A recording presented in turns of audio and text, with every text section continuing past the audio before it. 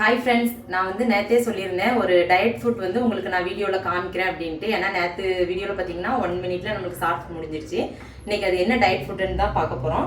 First பார்த்தீங்க அப்படின்னா நம்ம கொண்டக்கடலை, அதாவது சுண்டல்னு சொல்லுவோம்ல, அதை வேக வச்சு வச்சுருக்கோம்.